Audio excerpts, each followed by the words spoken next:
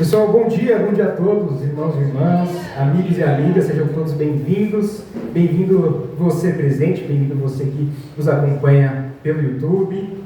Eu sou o João Pedro, sou membro do Ministério Universitário e esse é o momento da pregação, o momento que a gente vai refletir um pouco na Palavra de Deus. Todos muito bem? Animados para esse domingo? Sim. Mais uma vez, sejam todos bem-vindos à Igreja de Cristo Internacional de Ribeirão Preto. E para a mensagem desse domingo, gostaria de convidar vocês a uma reflexão. Eu sei que todo ano que passa, a gente repete o jargão de que o ano está sendo muito rápido. Todo ano isso acontece, mas especialmente esse ano para mim tem sido diferente. Assim. Tem sido muito rápido, muito mais do que o padrão que costuma se repetir ao longo do tempo. Né? Acabou de terminar agosto, nunca vi agosto tão rápido. 5 fins de semana, não tem nenhum feriado. Estralou os dedos, já voou, acabou agosto. E ao mesmo tempo que está sendo muito rápido, tem sido também muito intenso, né? Muitos desafios, muitas dificuldades, muitos obstáculos. E no meio disso tudo, nós temos as nossas rotinas diárias. Nós temos nossas demandas, que mesmo com as dificuldades, nós precisamos estar responsivos, prontos, dispostos para responder às demandas do dia a dia. Isso realmente é muito desafiador. Uma pergunta que eu queria até trazer para a gente aqui é: como chegam as nossas almas aqui, diante de tudo isso? Chega bem, chega machucada, chega cansada? Como chegam aqui as nossas esperanças? E para isso nós precisamos recalcular nossa rota, redirecionar o nosso leme para o nosso porto seguro, verdadeiro, único, suficiente, redirecionar os nossos caminhos para a verdadeira direção e lembrar com muito carinho quem que nós estamos adorando aqui nesse lugar. Então, para você, as almas cansadas, as almas feridas e as almas magoadas, e às vezes as almas até descrentes, queria dizer que há um Deus que traz restauração completa, que traz carinho, que traz afago. Eu gostaria de convidar vocês a irem comigo em Marcos, capítulo 7, dos versículos 31 ao 37, porque esse vai ser o tema da nossa mensagem desse domingo. Marcos 7, 31 ao 37, a cura de um surdo e gago. Vou ler aqui para a gente. Pode me acompanhar, seja na projeção, seja no seu celular, na sua Bíblia física. E aqui diz o seguinte: a seguir, Jesus saiu dos arredores de Tiro e atravessou o Sidom, até o mar da Galileia e a região de Decápolis. Ali algumas pessoas lhe trouxeram um homem que era surdo e mal podia falar, suplicando que lhe pusesse as mãos. Depois de levá-lo à parte, longe da multidão, Jesus colocou os dedos nos ouvidos dele. Em seguida, cuspiu e tocou na língua do homem. Então voltou os olhos para o céu e, com um profundo suspiro, disse-lhe: Efatá, que significa abra-se. Com isso, os ouvidos do homem se abriram, sua língua ficou livre e ele começou a falar corretamente. Jesus ordenou-lhes que não o contassem a ninguém. Contudo, quanto mais eles proibia, mais eles falavam. O povo ficava simplesmente maravilhado e dizia: ele faz tudo muito bem, faz até o surdo ouvir e o mudo falar. Antes da gente se adentrar no texto, queria convidar você a uma oração. Santo Deus, Criador, Pai Todo-Poderoso, mais uma vez, Senhor, muito obrigado por esse domingo, muito obrigado pela oportunidade de estar aqui todos juntos, cultuando e louvando o Teu nome.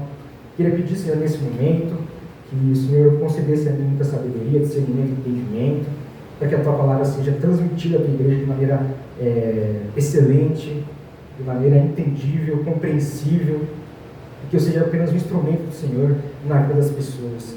Gostaria de suplicar ao Teu Espírito Santo para que anulasse aqui meus pecados, que o João carnal aqui seja anulado, seja expurgado, mas que seja apenas um instrumento do Senhor para passar a mensagem que a Tua revelação traz a nós, aos nossos corações.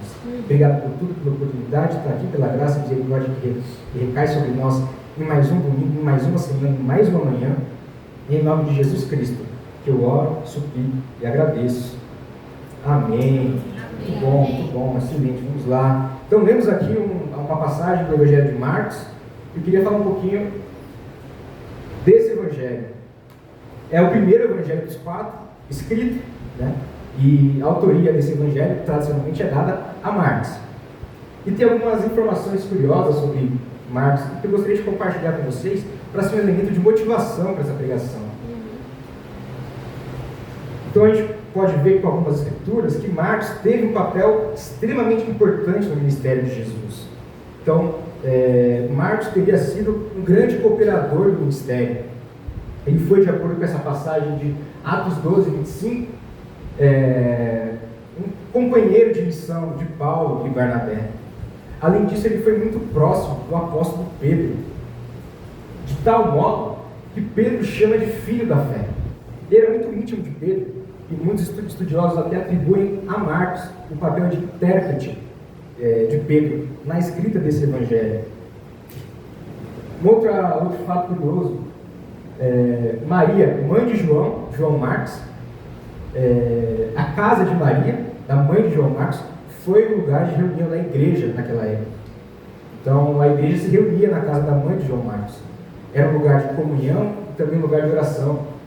E além disso, o apóstolo Paulo reconhece o papel de Marcos na sua segunda carta ao seu filho Timóteo, trazendo que ele era útil ao ministério, importante ao ministério. E realmente Marcos não era musculoso, mas ganhou esse protagonismo nas escrituras, de tal modo que ele ganhou autoridade para mexer nas escrituras. Ele é o autor dos 4 evangelhos. E esse evangelho tem 16 capítulos. A gente leu aqui uma passagem do capítulo 7. Numericamente não estamos nem na metade do evangelho, mas algo muito curioso, muito particular e único do evangelho de Marcos é que não chegamos nem na metade desse evangelho, mas os 3 anos do ministério de Jesus já se passaram. Daqui para frente, até o capítulo 16, é só o caminho para a cruz. Então Marcos tinha esse traço de escrita rápido, direto, claro e objetivo, e tinha como público-alvo o público gentil da época. Alguns estudiosos apontando para os romanos, mas de um modo geral vamos declarar assim, o público gentil como alvo dessa carta. Muito bom, excelente, vamos lá. Temos muitas coisas para tirar agora com a exposição desse texto. Vamos começar pelo primeiro versículo. A seguir, Jesus saiu dos arredores de Tiro e atravessou o Sidom até o mar da Galileia, a região de Decápolis. Só a título de curiosidade mesmo, eu gostaria de projetar aqui só um mapa aqui do percurso que Jesus fez. A gente vê ali a noroeste, ali a Ciro Fenícia, e tem algumas cidades ali em cima, da Tiro, Sarepta e Sidom. Então esse foi mais ou menos o percurso que Jesus fez, passou por Tiro até Sidom, e voltou ali para os limites da Galileia, até chegar em Decápolis. Decápolis que era uma região de 10 grandes cidades, por isso que tinha esse nome Decápolis. E esse foi o percurso que Jesus fez nessa passagem aqui, né? E eu gostaria de chamar a atenção, antes de entrar diretamente ao texto, que é algo que vem além do texto, desse texto aqui, mas em escrituras passadas. Quando a gente dá alguns passos atrás e volta para Marcos 5, a gente nota que Jesus esteve nessa região de Decápolis. Ele expulsou a legião de demônios do Gadareno e mandou essa legião para os porcos, que se atiraram aos precipícios. E o povo ficou um pouco surpreso com tudo aquilo, expulsou Jesus daquela região. Às vezes assim Jesus induziu o Gadareno a também proclamar as boas novas naquela região. E só com essa primeira passagem, eu já gostaria de destacar aqui um grande ato de amor e misericórdia de Jesus. Há 2 capítulos atrás, Jesus tinha sido expulso dessa região. Agora, dois capítulos depois, Jesus toma a iniciativa de voltar para a região da qual ele tinha sido expulso. Ele volta para uma região da qual ele tinha sido rejeitado. Realmente Sendo bem sinceros, é muito difícil voltar para um lugar que você não é amado. É muito difícil voltar para um lugar que você foi expulso. Todo mundo aqui já teve algum relacionamento, seja amistoso, seja amoroso, seja familiar. Sendo bem sincero, a gente sabe. Quando a gente ama, a gente não é amado. A gente sabe. Se a gente sabe, imagina Deus. Deus sabe quando Ele não é amado de verdade. E mesmo assim Ele teve a coragem, a iniciativa de voltar para uma região da qual Ele foi expulso. Não pelos méritos daquele povo, não pelos méritos das pessoas, mas porque Ele se conhece, Ele sabe quem Ele é. Ele é um Deus fiel, Ele é um Deus bondoso, rico em misericórdia, rico em bondade. Ele volta para onde Ele foi expulso. Ele tinha uma missão lá, Ele tinha que honrar a missão que o Pai designou a Ele. Quantos aqui já não rejeitaram Jesus em algum momento? Quantos disseram não a Jesus na prática? Na primeira vez que teve contato com Jesus, com a palavra de Deus? E mesmo assim, Jesus Cristo não desistiu de você, não desiste de mim e não desistiu da região de Decápolis. Gostaria de compartilhar aqui alguns comentários que o grande homem de Deus aqui, chamado Hernandes Dias Lopes, muitos conhecem, ele tece em relação a essa passagem. Ele diz o seguinte: ai de nós, se tivéssemos um Deus que nos desse uma única chance. Ai de nós se tivéssemos um Deus que não fosse atrás do perdido. Ai de nós se tivéssemos um Deus que não desse uma segunda oportunidade. Ai do filho pródigo, se quando voltasse para casa, encontrasse um pai legalista e que não recebesse. A verdade é que com a entrada do pecado, Deus nunca esperou de nós para que nós escolhêssemos Ele. Ele sabia disso, e mesmo assim, Ele veio atrás, Ele buscou aquele que o rejeitou. Para fechar, queria compartilhar aqui uma passagem de Isaías 65, do primeiro capítulo, do primeiro versículo, que mostra muito sobre esse coração maravilhoso de Deus, que reflete o coração do Filho também. E diz o seguinte: fiz-me acessível aos que não perguntavam por mim, fui achado por aqueles que não me procuravam. Há uma nação que não chamava pelo meu nome, eu disse: aqui estou. Aqui na Bíblia física traz: eis-me aqui. Olha só o coração maravilhoso de Deus. Ele nem foi procurado, nem perguntaram por ele. Ele estava aqui, ó, tô aqui. É realmente encantador o amor e a misericórdia de Deus para com aqueles que não merecem o amor dele. Esse texto, esse primeiro versículo, realmente ele é incrível. Daria para ficar 40 minutos aqui só falando reflexões sobre isso, mas não vou fazer isso, senão o Caio Neres vai me chamar de canto aqui. Vamos seguir. Versículo 32. Ali algumas pessoas lhe trouxeram um homem que era surdo e mal podia falar, suplicando que lhe impusesse as mãos. Muito bom, então Jesus tinha passado já pela região de Decápolis e tinha expulsado o demônio do Gadareno, e Jesus instruiu aquele Gadareno a proclamar também o evangelho de Jesus ali. Pode ser uma hipótese, não está no texto, mas por conta da proclamação do evangelho, por conta do Gadareno, muitas pessoas acabaram conhecendo Jesus, ou pode ser mesmo que, dado um instante no fim do ministério de Jesus, a fama dele se espalhou de tal modo que muitos na região de Decápolis já conhecessem Jesus. A gente não sabe exatamente, mas o fato é que Jesus chegou naquela região de novo e já era muito conhecido pelas suas obras, pelas curas, pelas suas maravilhas, né? Ele chega conhecido e aparentemente ele não chegou aqui mal recebido, né? A forma como ele foi recebido é o pessoal já trazendo ali outras pessoas para serem curadas, inclusive esse homem que era surdo, que não falava bem, e eles não só pediram a cura desse homem, mas eles pediram um pouco mais além.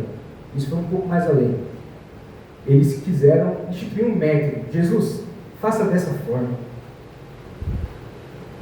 dando posição de mãos. Mais uma vez, talvez Jesus já tinha feito muitas vezes, muitas curas por posição de mãos, tiveram acesso a essa informação, e recorreram a Jesus pedindo também um método. E algo que é muito curioso, porque se a gente tem fé em Jesus, na capacidade dele, no poderio dele, a gente só confia. Não se precisa instituir um método a Jesus. Jesus, eu quero que você faça isso, desse modo, desse jeito. E é algo que muitas vezes nós, seres humanos, queremos também repetir esse padrão. Impor a Deus a maneira de como as coisas devem ser feitas. Nós pedimos muitas vezes a intervenção dele por nós, pelos nossos familiares, pelo nosso próximo, amigos, mas ao mesmo tempo prescrevemos o método de como Jesus deveria fazer. E quantos aqui não acabam frustrados depois? Porque Deus não fez como a gente queria. Às vezes a gente ora, para quem tem costume de orar, já é cristão, tem uma vida de oração, a gente ora no nosso coração com muita fé, mas ao mesmo tempo nem percebemos que na oração a gente já está dando ordens. Faça desse jeito, faça dessa maneira, nesse tempo, desse modo. Então acho que algo muito curioso, muito incrível dessa passagem é que, dentre tantas lições que a gente pode tirar dela, é a capacidade de provocação que ela traz a nós, de nos arrependermos, de termos uma fé controladora, mas de nos entregarmos a uma fé rendida a Jesus. Ó Senhor, faça como tu quiseres. Faz sentido? Sim. E não vemos aqui nenhuma resposta direta a Jesus em relação ao pedido dessas pessoas, em relação ao método. Mas Jesus faz de outro modo. Queriam só a imposição de mãos, Jesus faz um outro rito litúrgico completamente complexo. Né? Então, depois de levá-lo à parte longe da multidão, Jesus colocou os dedos nos ouvidos dele. Em seguida, cuspiu e tocou na língua do homem. Então voltou aos olhos para os céus e com um profundo suspiro disse: Efatá, que é abra-se. Com isso os ouvidos do homem se abriram, sua língua ficou livre e ele começou a falar corretamente. Então aqui ele separou o homem da multidão, colocou os dedos nos ouvidos, ele cuspiu, tocou na língua do homem, olhou para o céu, suspirou, falou, completamente diferente do que as pessoas pediram para Jesus. Mas mesmo assim, a restauração foi feita de maneira completa, de maneira excelente, de maneira maravilhosa. E aqui, Jesus é aquele, mais uma vez, de maneira velada, mas ao mesmo tempo explícita, ele demonstra o seu amor e a sua misericórdia. Porque ele não liga para os homens, ele não liga para as multidões pedindo. Ele liga para o homem que estava prestes a ser curado. Ele busca relacionamento com aquele homem. Ele separa aquele homem da multidão buscando intimidade com aquele homem. Jesus sabia que aquele homem não ouvia, sabia que aquele homem não falava direito, muito provavelmente, por não ter audição boa, a sua fala também não era muito bem desenvolvida, não sei. Mas ele busca comunicação com aquele homem. De que forma? O toque físico. A forma como aquele homem entendia. Ele queria se sentir acessível por aquele homem. E toca os ouvidos daquele homem. É uma experiência extremamente pessoal, íntima e particular. Ele fala na linguagem do homem. Jesus, ele se encaixa do seu poderio, da sua majestade, ele se encaixa nas limitações daquele homem. Jesus é assim, ele se coloca à disposição de todos. A todos que se dispõem a ter um relacionamento íntimo com Jesus. Jesus vai até aquela pessoa e dá o seu máximo de maneira excelente àquela pessoa. Aqui, esse homem, prestes a ser curado, ele foi muito amado e Jesus teve um senso de comunicação com ele único. Esse é o caráter de Jesus Cristo, Jesus das Escrituras, Jesus que se revelou.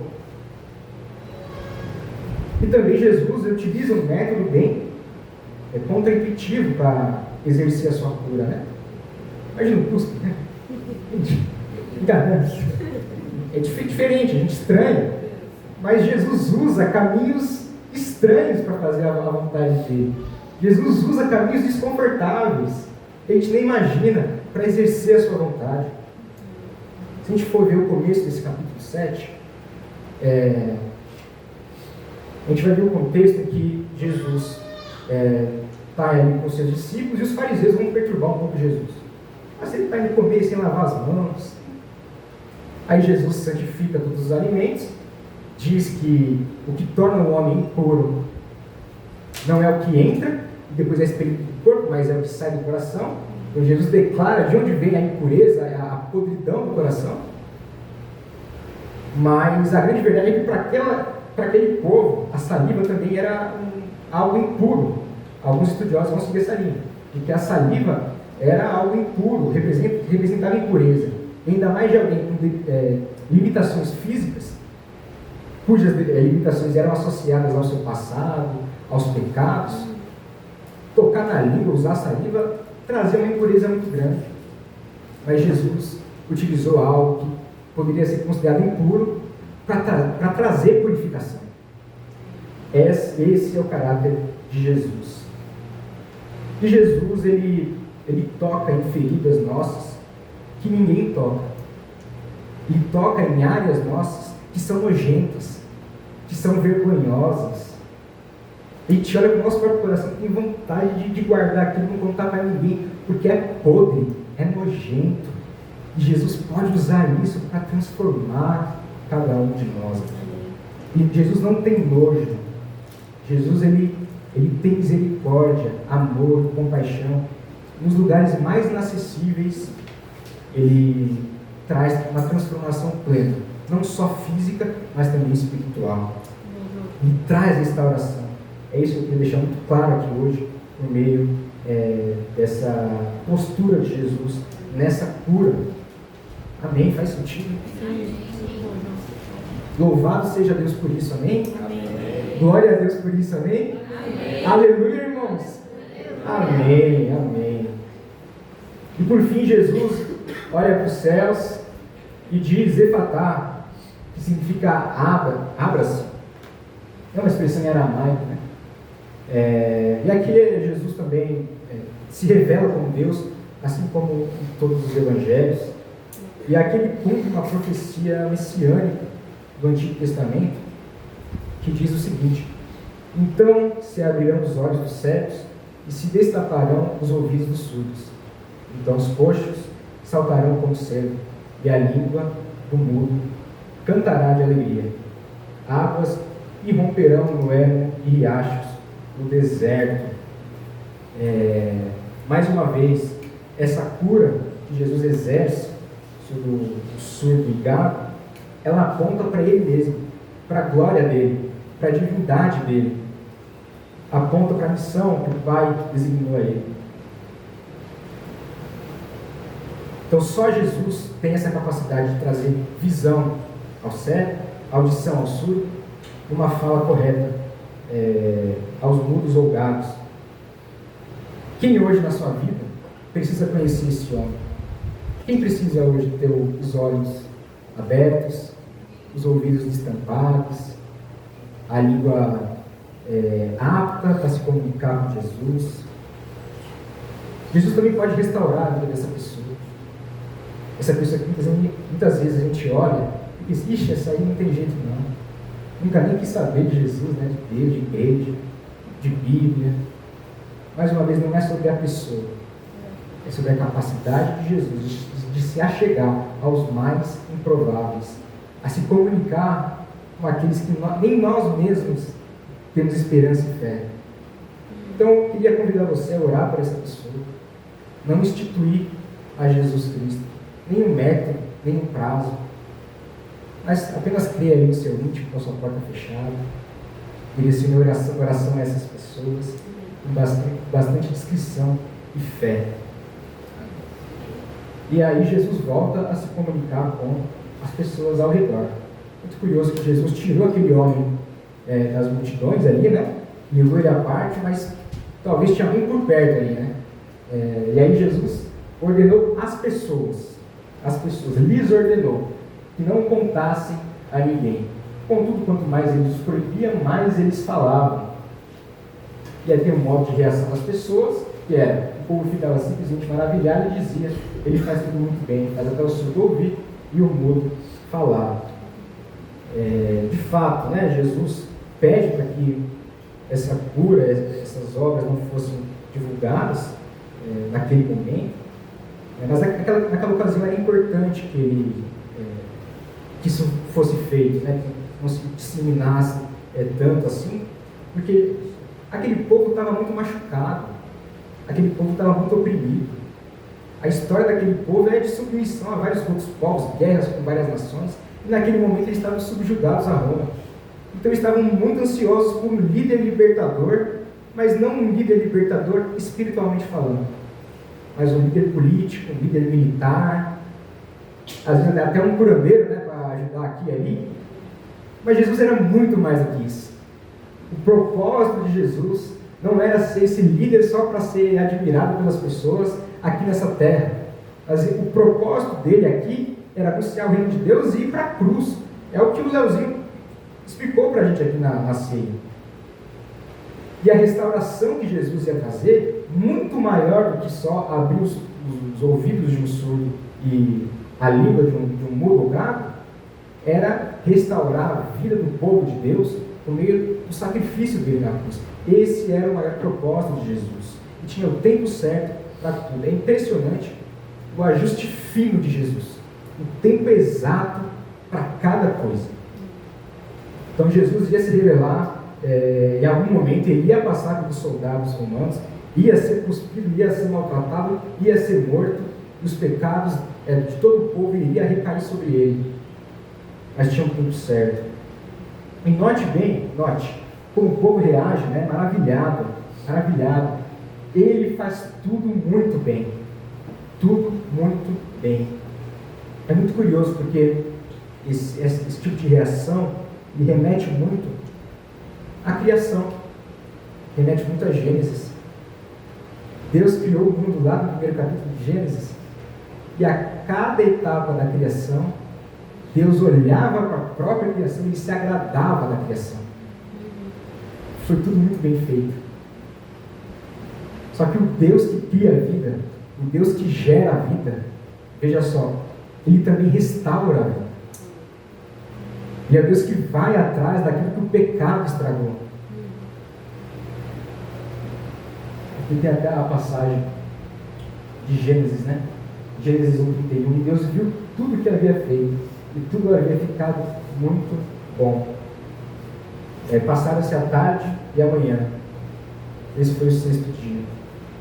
Então, da mesma forma que Deus se alegrava na sua criação, Jesus Cristo fazia a restauração de uma maneira tão excelente que também era tudo muito bom. Deus é o mesmo na criação, Deus é o mesmo na época de Jesus, Deus é o mesmo hoje. Tem poder de restauro, tem poder de gerar vida. Louvado seja Deus por isso, amém? Mais uma vez, essa cura aponta para esse mesmo Cristo que não toca só ouvidos e língua, mas que daria a sua própria vida. Obrigado. Mas daria a sua própria vida para restaurar a criação perfeitamente bem, maravilhosamente bem. E talvez hoje você esteja com a língua presa. Talvez hoje as suas orações estão sem fé. Talvez as suas orações você faz, mas sem a certeza de que tem alguém ouvindo do outro lado. Só pancada nessa vida, né? Cadê esse Deus bom aí? Talvez você esteja surdo e diante dos abatimentos dessa vida está pouco sensível à voz de Deus, não está ouvindo direito. Talvez você esteja sem fé até pela igreja mesmo. Convenhamos que é um ano difícil para a igreja, muitas coisas aconteceram que a gente não previa. Perdas, saídas, conflitos, lutos. É muito confortável pensar no outro plano, jogar a toalha, mas Deus está vivo, Jesus tem capacidade de restauração. Vamos ter esperança, porque Ele governa, Ele continua soberano. Então, que para essa semana a gente possa recorrer a esse Deus único, que realiza tudo muito bem, que gera a vida e que também restaura a vida, restaura a criação com excelência, e que hoje está fechado em você, onde a sua língua está presa. Deixa Jesus tocar. A mensagem hoje foi mais curta, mais direta, mas eu queria encorajar a igreja, encorajar você que está nos visitando. Jesus Cristo tem capacidade de restauração. Aquilo que está no nosso maior íntimo, os nossos pecados, que a gente acha que não vamos mais ser amados por conta deles, não é sobre nós, é sobre a fidelidade dele. E tem capacidade de restaurar nós, o próximo e a igreja. Amém? Vamos orar. Santo Deus, Pai Todo-Poderoso, Criador, obrigado, Senhor, por se revelar a nós como um Deus tão misericordioso, como um Deus que nos resgata da morte, que não nos pune como nós deveríamos, não nos pune o nosso pecado como deveria ser punido, mas a justiça é feita por meio de Jesus. Obrigado por revelar teu Filho amado, a nossa esperança, a nossa cura, a nossa restauração. Restaura, Pai, os nossos corações machucados, restaura os nossos corações frios para o Senhor, os nossos corações distantes, os nossos olhos que por conta do pecado, por conta das coisas desse mundo, faz com que a gente não enxergue a beleza do Teu reino. Os nossos ouvidos que estão um pouco sensíveis, Pai, restaura também o nosso coração, muitas vezes está infestado de trevas, cheio de coisa ruim. Purifica os nossos corações, que nessa semana, Senhor, a gente possa se relacionar ao único que é digno de receber louvor, honra, glória e majestade, que é o nosso Senhor Jesus, o único que restaura, o único que nos conecta novamente com o Senhor, autor da vida. Por favor, Pai, que comece hoje, depois do culto, que comece na segunda-feira, no primeiro dia da semana, na nossa primeira oração, na nossa primeira leitura da palavra do Senhor, que o Teu Espírito Santo nos acompanhe do começo ao fim dessa semana, Pai. Restaura os corações machucados, feridos e cansados, que a nossa esperança esteja somente no Senhor, sem prazos, sem ordens, mas que a gente tenha uma fé entregue a Ti, Pai, por favor. Nos auxilia, nos conduza, que tudo que a gente faça seja para dar honras e glórias ao nome do nosso Senhor e Salvador Jesus Cristo. Obrigado por tudo, em nome de Jesus que eu oro, suplico e agradeço. Amém.